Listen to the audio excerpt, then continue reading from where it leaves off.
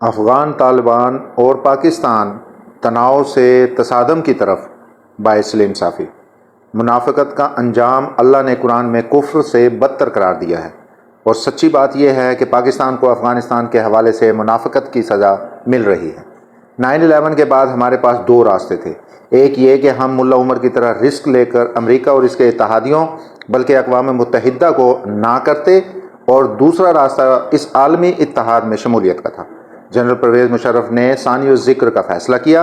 اب اگر اس کے بعد امریکہ یا کرزئی حکومت پاکستان کے مفادات کا خیال نہیں رکھ رہی تھی تو ہمارے جرنیلوں میں یہ ہمت ہونی چاہیے تھی کہ وہ امریکی اتحاد سے نکل جاتے، لیکن چونکہ ایسی جرت نہ کر سکے اس لیے در پردہ دوبارہ افغان طالبان کو سپورٹ کرنا شروع کیا۔ ایک طرف امریکہ کے اتحادی تھے، اس کے بدلے میں اس سے ڈالر بھی لے رہے تھے، اس کو زمینی راستہ بھی دے رکھا تھا، ڈرون کے اڈے بھی دے رکھے تھے۔ ملا عبدالسلام ضعیف اور ڈاکٹر غیرت بھیر کو گرفتار کر کے امریکہ کے حوالے بھی کیا۔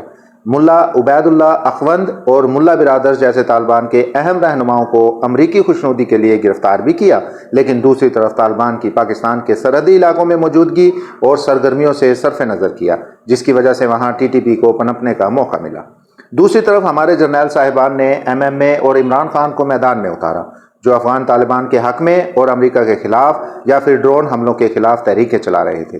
میڈیا پر دانشوروں اور دفاعی تجزیہ کاروں کو یہ ہدایت تھی کہ وہ افغان طالبان کو اچھا اور پاکستانی طالبان کو برا کہیں، حالانکہ وہ ایک ہی سکے کے دو رخ تھے۔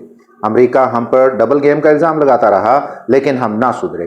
پھر جب ہمارے اپنے سرحدی علاقے اور سوات میدان جنگ بن گئے تو حامد کرزئی اور اشرف غنی ہماری منتیں کرتے رہے کہ ہمارے دشمنوں یعنی طالبان کو پناہ دینے سے باز آ جاؤ، لیکن ہم اپنی ہزاروں لاشیں اٹھانے کے باوجود باز نہ آئے۔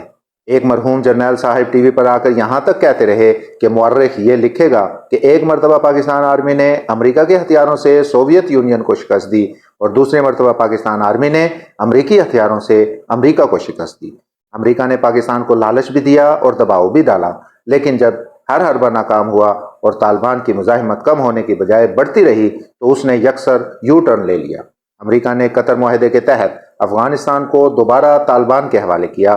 سابق امریکی national security advisor John Bolton نے اپنی کتاب میں لکھا ہے کہ جب پینٹاگون وغیرہ نے صدر ٹرمپ کو بتایا کہ ہمارے انخلا سے وہاں پر القاعدہ، TTP اور داعش جیسی تنظیمیں مضبوط ہو سکتی ہیں، تو ٹرمپ نے سوال کیا کہ کیا وہ امریکہ تک پہنچ کر دوبارہ 9/11 جیسی کارروائی کر سکیں گی؟ تو انہیں جواب ملا کہ نہیں، امریکہ کو کوئی خطرہ نہیں ہوگا، جس پر ٹرمپ نے کہا اگر ایسا ہے تو پھر میں کیوں اپنے فوجی مرواؤں اور کیوں اپنے لوگوں کا پیسہ خرچ کروں؟ وہاں اگر حالات خراب ہوتے ہیں اور مذکورہ تنظیمیں مضبوط ہوتی ہیں تو ہونے دو، پاکستان جانے، ایران جانے، چین اور وسط ایشیائی ریاستیں جانے۔ چنانچہ امریکہ اور نیٹو فورسز افغانستان کو طالبان کے سپرد کر کے اور خربوں کا جدید اسلحہ پیچھے چھوڑ گئیں، جس کا ایک بڑا حصہ TTP کو بھی ملا کیونکہ وہ اس جنگ میں افغان طالبان کے شانہ بشانہ لڑ رہی تھی۔ تماشا یہ ہے کہ افغان طالبان کی فتح جو TTP کی فتح بھی تھی۔ میں پچھلے برسوں میں کئی مرتبہ تفصیل سے لکھ چکا ہوں کہ TTP کے ہر امیر نے افغان طالبان کے امیر کی بیعت کر رکھی ہوتی ہے، اور یہ کہ افغان طالبان کے لیے نیٹو فورسز کے خلاف پہلے خودکش حملے بھی افغان طالبان نے نہیں بلکہ محسود طالبان نے کیے تھے۔ انہوں نے اپنے ہاں افغان طالبان اور القاعدہ کو پناہ دی تھی اور پاکستانی ریاست کے خلاف جنگ اس بنیاد پر شروع کی تھی کہ اس نے طالبان کے خلاف امریکہ کا ساتھ کیوں دیا۔ پر اتنا جشن افغانستان میں نہیں منایا گیا جتنا کہ پاکستان میں منایا گیا۔ اس وقت کے وزیر اعظم عمران خان نے کہا کہ افغانوں نے غلامی کی زنجیریں توڑ دیں۔ دفاعی تجزیہ کار اور ریٹائرڈ جرنیل ٹی وی چینلز پر بیٹھ کر خوشی سے پھولے نہیں سما رہے تھے۔ اس وقت کے وزیر اطلاعات فواد چودھری نے صحافیوں کو لے جانے اور وہاں جشن منانے کے لیے خصوصی جہاز تیار کیا، لیکن پھر کسی دانا شخص کے کہنے پر وہ جہاز نہیں بھیجا گیا۔ اس وقت کے DGISI جنرل فیض حمید نے کابل کے سرینا ہوٹل میں مشہور زمانہ چائے کا کپ پیا اور پھر امارات اسلامی سے کہا کہ وہ TTP کو ان کے ساتھ بٹھائے۔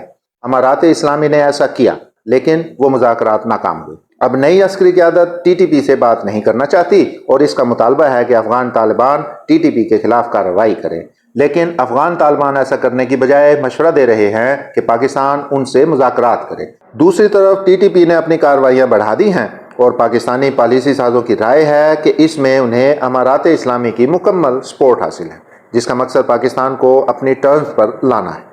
چنانچہ پاکستان کے تعلقات امارات اسلامی کے ساتھ تناؤ کے شکار ہیں۔ اور میرے منہ میں خاک۔ اگر یہ سلسلہ یوں ہی چلتا رہا تو یہ تناؤ کسی بھی وقت تصادم کی شکل اختیار کر سکتا ہے۔ میری اطلاع کے مطابق دونوں فریق ایک دوسرے کے خلاف سخت اقدامات کی منصوبہ بندی کر رہے ہیں۔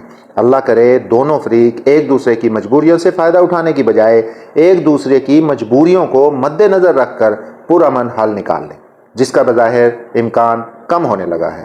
لیکن کیا یہ ان جرنیلوں، مذہبی و سیاسی رہنماؤں، طالبان کے حامی دانشوروں کا اخلاقی فرض نہیں کہ وہ جا کر افغان طالبان اور پاکستان کے مابین قضیے کو سلجھائیں، یا پھر اپنی ماضی کی پالیسیوں اور تجزیوں پر قوم سے معافی مانگیں؟